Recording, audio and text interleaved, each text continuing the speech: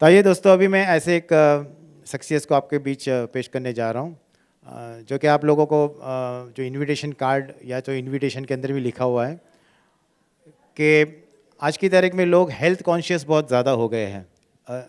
रवि नंतर ठेवा health conscious के लिए लोग आज की तारीख में पूछते हैं कि अगर मुझे एडवाइस लेनी है तो इस इंडिया में कितने एडवाइज़र्स हैं?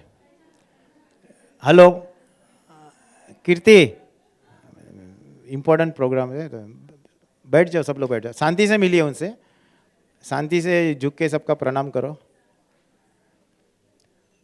तो आज अगर हम देखते हैं कि अगर 140 हमारे देश की आबादी है तो एडवाइज़र कितने हैं? 140। जैसे अभी किसी को जुकाम आएगा तो बाकी के आपका बाजू वाला बोल देगा जाके ये दवा लेके आ जाओ। हार्ट की समस्या है तो वो भी आपको बता देगा ऐसे ऐसे करो। ठीक है, यहाँ पे तो कुछ ऐसे भी लोग बैठे खुद ही डॉक्टर है, यानी खुद अपना इलाज खुद ही करते हैं, और उसके बाद कुछ ज़्यादा कुछ और हो गया तो फिर डॉक्टर के पास जाते हैं। डॉक्टर बोलता है तुम्हारा डॉक्टर कौन था? बोलता है मैं ही था।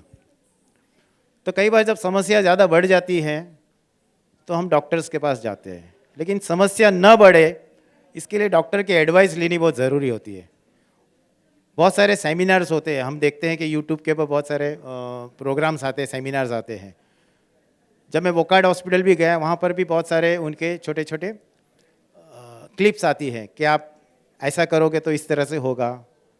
नॉर्मली बहुत सारे डॉक्टर्स, कई लोगों का ऐसा मानना है कि हम डॉक्टर के पास जाते तो डॉक्टर डराता है हमको कि तुमको ये बीमारी हो गई। डिस्पेंसरी से बाहर आने से पहले उसका बीपी हाई हो जाता है, क्योंकि उनको डॉक्टर ने कुछ ऐसा बोल दिया कि भाई मेरा, और जो डॉक्टर बोलता है तुमको कुछ नहीं है प्रॉब्लम, तो उस डॉक्टर के पास लोग हमेशा जाते हैं। ऐसे एक डॉक्टर है हमारे, डॉक्टर रवि गुप्ता, जिनके पास भी आप जाएंगे तो बोलेगा आपको कुछ नहीं हुआ है, आप बिंदास रहो। मुझे भी बहुत पसंद है ऐसे डॉक्टर्स। तो ज़रा ज़ोरदार तालियों से उनको हम स्वागत करते हैं। वो कुछ टिप्स आपको कुछ बताएंगे और बहुत ज़रूरी है, बिकॉज मेरे ख्याल से कीर्ति को भी इसकी बहुत ज़रूरत है, हमारे सीनियर सिटीजन्स जितने हैं उनको भी बहुत ज़रूरत है, यंगस्टर्स को भी ज़्यादा ज़रूरत है, हर प्रकार के लोगों को इनकी ज़रूरत है। तो प्लीज़ आप आइए सर। माइक यही है क्या, कोई और है?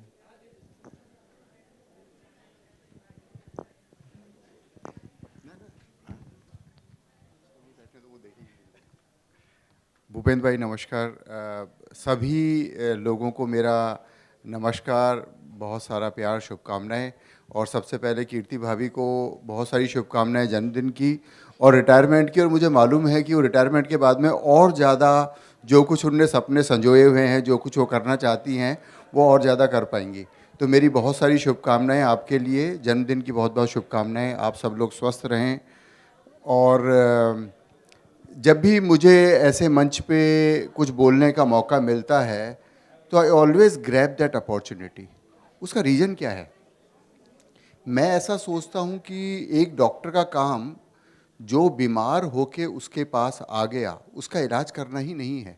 हमारी रेस्पॉन्सिबिलिटीज़ में आप लोगों को हेल्थ के बारे में अवेयर करना भी है कि आप लोग कम बीमार कैसे पड़ें, अगर बीमार पड़ें तो आप कैसे कुछ चीज़ों के हिसाब से आप जान पाएँ कि मुझे किस स्पेशलिस्ट से मिलना चाहिए, कौन से मेरे सिम्टम ऐसे हैं जो कि मैं सोचूं कि ये प्रॉब्लम कुछ बड़ी है या ये छोटी प्रॉब्लम है। इसी तरह यदि कोई इमरजेंसी घर में आ गई तो हम लोग घर में क्या कर सकते हैं और हमें आगे कैसे अप्रोच करना चाहिए, यही सब मैं बेसिक चीज़ें बातें करूंगा। और मैं आप सब लोगों से निवेदन करूंगा कि ये एक डायलॉग है। मैं अगले 5-7 मिनट आप लोगों से 10 मिनट बात करने वाला हूं। इस बीच में आपको कोई भी दिमाग में कोई सवाल हो, कोई चीज़ मेरी क्लियर ना हो पाए, आप मुझसे कोई अपनी पर्सनल प्रॉब्लम मत डिस्कस कीजिएगा, क्योंकि यदि वो हम करेंगे तो हम डाइवर्ट हो जाएंगे। इन जनरल कोई भी आपको कोई इशू है जो कि क्लियर नहीं है तो मुझे बीच में रोक सकते हैं।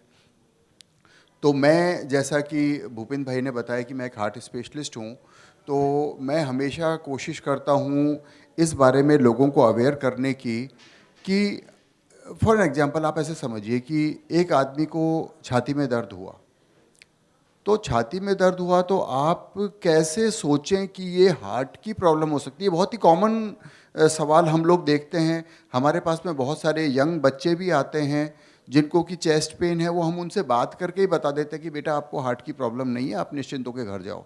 सर मेरे कोई टेस्ट कराने हैं, मुझे आपको कोई टेस्ट की ज़रूरत नहीं है, आपने मुझे जो बताया उसके हिसाब से मैं निश्चिंत कर रहा हूँ कि आपको कोई टेस्ट की ज़रूरत नहीं है। एट द सेम टाइम हम लोग कुछ ऐसे सिम्टम टिपिकल होते हैं उनके सिर्फ पेशेंट से बात करके ही हम समझ जाते हैं कि इसको आगे ये टेस्ट चाहिए और इसको ये बीमारी निकलने वाली है। तो वो बातें मैं आपसे करना चाहूँगा। सबसे पहले मैं आपसे पूछना चाहूँगा कि कितने लोग सोचते हैं कि जो बाईं तरफ दर्द होता है वो हार्ट का दर्द होता है? प्लीज़ अपने हाथ खड़े करें। जितने लोग सोचते बाईं तरफ होता है तो वो हार्ट का दर्द होता है। और हार्ट किधर होता है? हार्ट बाईं तरफ होता है। जितने लोग सोचते हैं कि हार्ट बाईं तरफ होता है प्लीज अपने हाथ खड़े करें। अच्छा, जितने लोग सोचते हैं कि हार्ट दाईं तरफ होता है वो अपने हाथ खड़े करें। और जितने लोग ये सोचते हैं कि जितनों को न दाईं तरफ है न बाईं तरफ है, तो जितने लोग ये सोचते हैं कि दिल ही नहीं होता है तो वो बाकी लोग हुए। तो ऐसा तो नहीं होता है, दिल तो हर किसी को है। वो दाएं बाएं में कंफ्यूज हो रहे हैं, तो मैं इस चीज़ को क्लियर करना चाहूँगा कि दिल बाईं तरफ नहीं होता है, दिल बीच में होता है और उसका जो निचला हिस्सा है वो बाईं तरफ देख रहा होता है। तो जब मैंने आपको ये चीज़ बताई तो मैं आपको ये भी बताऊँगा कि जो बाईं तरफ दर्द है वही ज़रूरी नहीं है कि हार्ट का पेन हो। हार्ट का पेन अधिकतर बीचों बीच होता है। मैं अब आपसे अगले 2 मिनट में जो करेक्टर्स बताने वाला हूँ, आप सब लोग मेरी बात को गौर से सुने, क्योंकि ये आपको ये पीछे वाली लाइन से एक बातचीत चल रही है। मैडम बिल्कुल लास्ट में ग्रीन कलर का आपने सलवार सूट पहना हुआ है, आपने चश्मा लगाया। नमस्ते मैडम, आप मुझसे इंटरेस्टिंग कोई चीज़ बता रही हैं तो आप इधर आइए ना। मैं आपको एक ऐसी चीज़ अगले 2 मिनट में बताने वाला हूँ, इस चीज़ को आप गौर से सुनिए, क्योंकि अगर आप ये 2 मिनट पे मेरी बात पे कंसंट्रेट करते हैं तो मैं सोचूंगा कि मेरा पर्पज बोलने का सॉल्व हो गया। हार्ट का पेन कैसा होता है ये करेक्टर जानना बहुत ज़रूरी है, तभी आप लोग इमरजेंसी में समझ पाएंगे कि ये हार्ट रिलेटेड प्रॉब्लम है। हार्ट का दर्द निचले जबड़े से लेके नाभि तक का कोई भी दर्द हार्ट रिलेटेड पेन हो सकता है। बेशक वो दाईं तरफ हो चाहे बाईं तरफ हो, कंधे में हो, पीठ में हो, स्पेशली वो चलने पे या सीढ़ियाँ चढ़ने पे बढ़ता है। I repeat again, heart related pen मतलब ब्लॉकेज से रिलेटेड पेन, निचले जबड़े से लेके नाभि तक का कोई भी दर्द हार्ट का पेन हो सकता है। बेशक वो दाईं तरफ हो, बाईं तरफ हो, पीठ में हो, शोल्डर्स में हो, स्पेशली वो चलने पे बढ़ता है या सीढ़ियाँ चढ़ने पे बढ़ता है। अगर आप धीरे होते हैं, अगर आप रुक जाते हैं तो आपको दर्द में आराम आ जाता है या दर्द खत्म हो जाता है। नंबर 1, हार्ट का पेन एक पिन पॉइंट पेन नहीं होता। हमारे पास यंग बच्चे जो आते हैं वो आके बताते बेटा दर्द कहाँ है, दर्द यहाँ पे है। हार्ट का पेन आप उंगली से नहीं बता सकते। हार्ट का पेन एक डिफ्यूज पेन होता है, तो जो भी पेन हार्ट का होगा वो बताएगा कि मुझे पूरी छाती में पेन है, पूरी छाती में पेन है, वो एक उंगली से आपको नहीं बता सकता। ये दूसरी इंपॉर्टेंट चीज़ है। तीसरी चीज़, आप क्या उंगली से दबा के बता सकते हैं दर्द कहाँ हो रहा है? कई लोग बोलेंगे हाँ यहाँ पे दर्द है, ये भी हार्ट का पेन नहीं है, क्योंकि ये मस्कुलर पेन है जिसको आप बाहर से हाथ लगा के दोबारा रीइंट्रोड्यूस कर रहे हैं। इसका मतलब वो हार्ट का पेन नहीं है। हार्ट तो अंदरूनी स्ट्रक्चर है, उसके पेन को आप उंगली से दबा के कैसे दोबारा रिप्रोड्यूस कर सकते हैं? तीसरी बात। चौथी बात, हार्ट का पेन ट्रांजिएंट पेन नहीं होता। ट्रांजिएंट पेन का मतलब, कई लोग आते हैं हमारे पास में, पेन होता है, एक सुई जैसा चुभता है, फिर वापस चला जाता है। सिंपल सा सवाल है, क्या ये पेन 30 सेकंड 40 सेकंड से कम रहता है या उससे ज़्यादा रहता है? अगर वो पेन 1 मिनट या उससे ज़्यादा रहता है तो हार्ट के होने की संभावना है। अगर वो बिल्कुल ट्रांजिएंट पेन है, एक शार्प शूटिंग पेन जिसको हम बोलते हैं, एक सुई सी चुभी और चली गई, वो भी हार्ट का पेन नहीं है। पांचवी चीज़, क्या वो पेन गहरा सांस लेने पे या खांसने पे बढ़ता है? अगर ऐसा है तो भी वो हार्ट का पेन नहीं है। अगर हम गहरा सांस लेते हैं तो हमारे लंग्स के अंदर ऑक्सीजन जाती है, लंग्स के चारों तरफ 2 पतली पतली लेयर्स हैं जिनको आपस में रगड़ खाती है अगर कोई इन्फेक्शन है तो तो वो गहरा सांस लेने पे, खांसने पे अगर पेन बढ़ता है तो लंग से रिलेटेड पेन है। कोई कहते हैं कि मुझे खाना खाने के बाद में पेन होता है, तो भी वो हार्ट का पेन नहीं है। लेकिन हार्ट का पेन खाना खाने के बाद चलते हैं तो पेन बढ़ता है, तो वो हार्ट का रिलेटेड पेन है, उसको हम पोस्ट प्रेंडियल एंजाइना बोलते हैं। तो मेरे ख्याल से ये चीज़ सबको क्लियर हो गई कि हार्ट का पेन क्या नहीं है।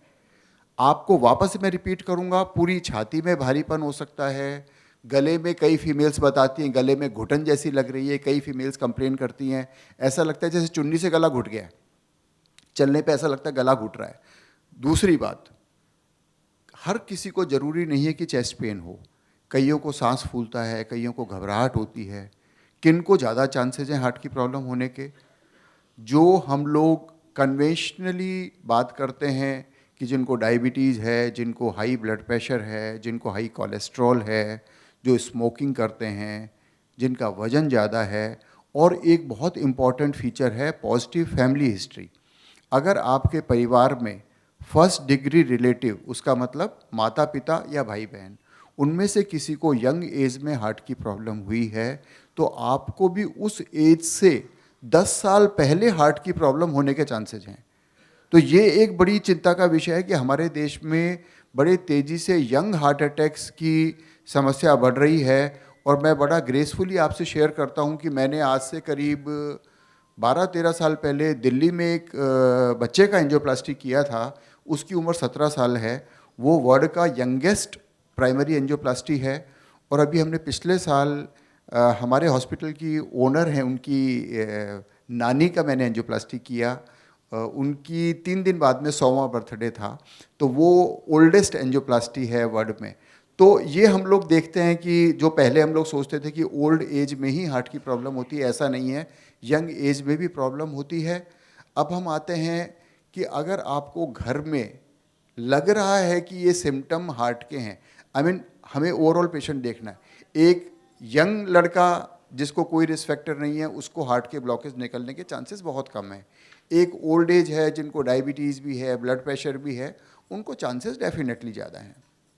अगर आपको सस्पिशन लगता है कि हार्ट का ही पेन है ये, तो आप उनको एक एस्प्रिन गोली या डिस्प्रिन गोली 325 मिलीग्राम की आती है, उस गोली को आप पानी में घोलने से, कई लोग कहते हैं कि पानी में घोल के उस पानी को उसको पी लो, लेकिन उससे बेटर तरीका ये है कि उस गोली को आप मुंह में लें, उस गोली को चबाएं।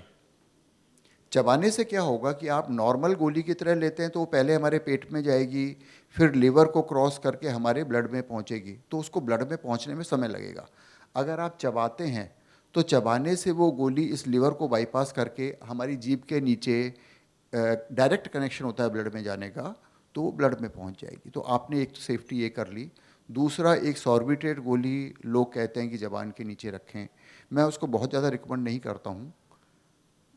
लेकिन अगर आपको ऐसा लगता है कि हार्ट रिलेटेड पेन है, तो आप एट दी मैक्स 3 गोलियाँ 5-5 मिनट के अंतराल पे 5 मिलीग्राम की घर में ले सकते हैं। अगर आपको 15 मिनट में भी दर्द में आराम नहीं मिलता है, तो या तो ये हार्ट का पेन नहीं है या ये हार्ट अटैक है। इन दोनों कंडीशन में आपको नियरेस्ट हॉस्पिटल में जाना चाहिए।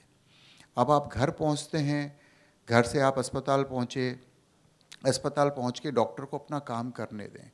कई बार क्या होता है, ईसीजी किया, डॉक्टर ने बोला ईसीजी नॉर्मल है, तो इसका मतलब लोगों ने समझ लिया कि प्रॉब्लम नहीं है। ऐसा नहीं है।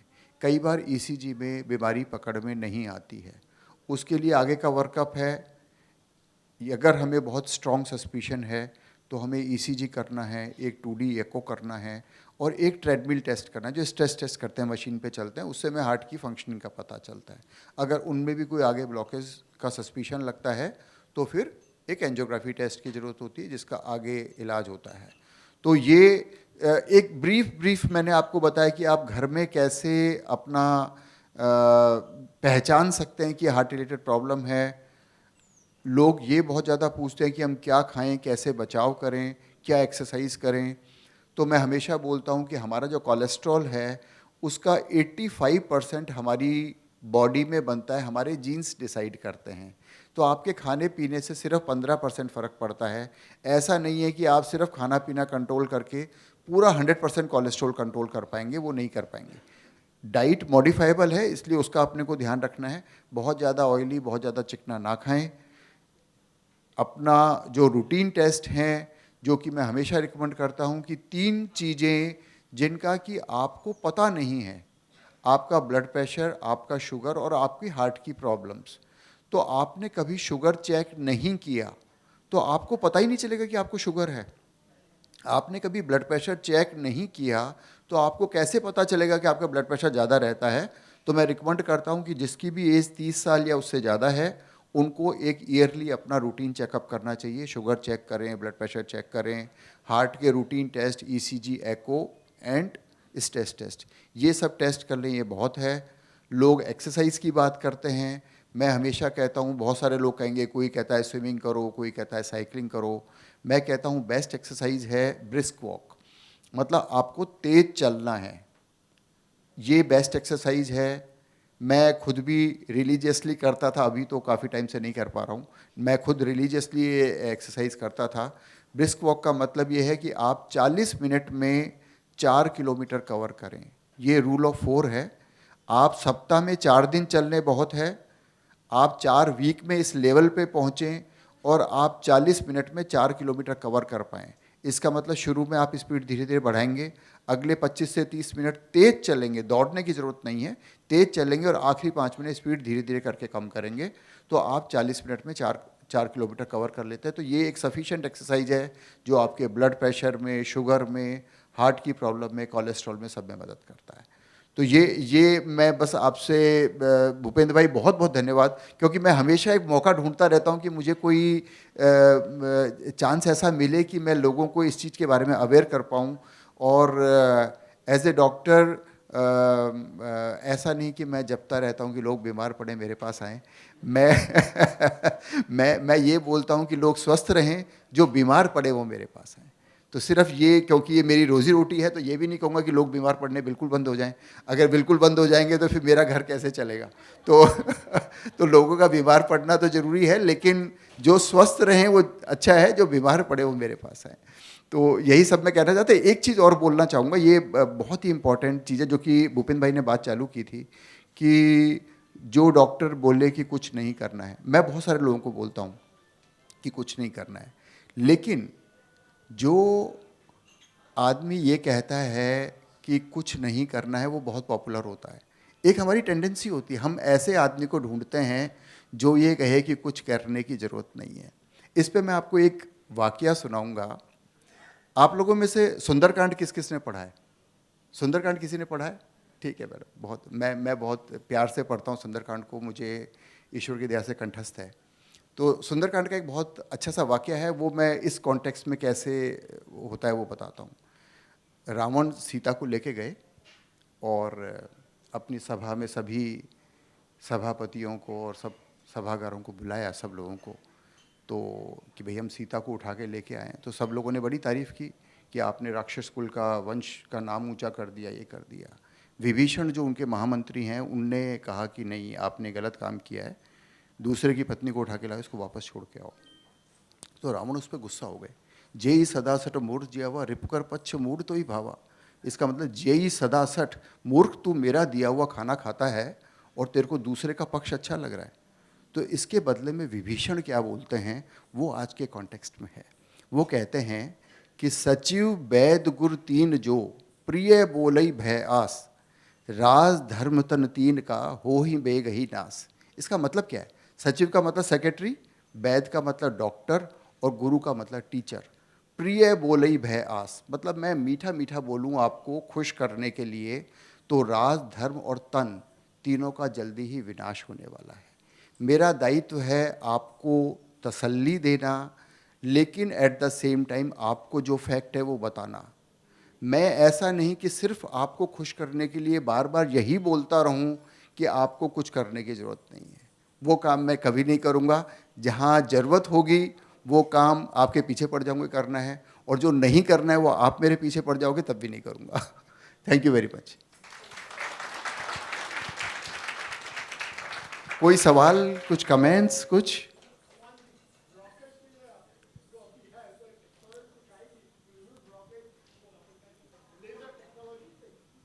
लेज़र, हाँ लेज़र है ना सर, लेज़र अवेलेबल है।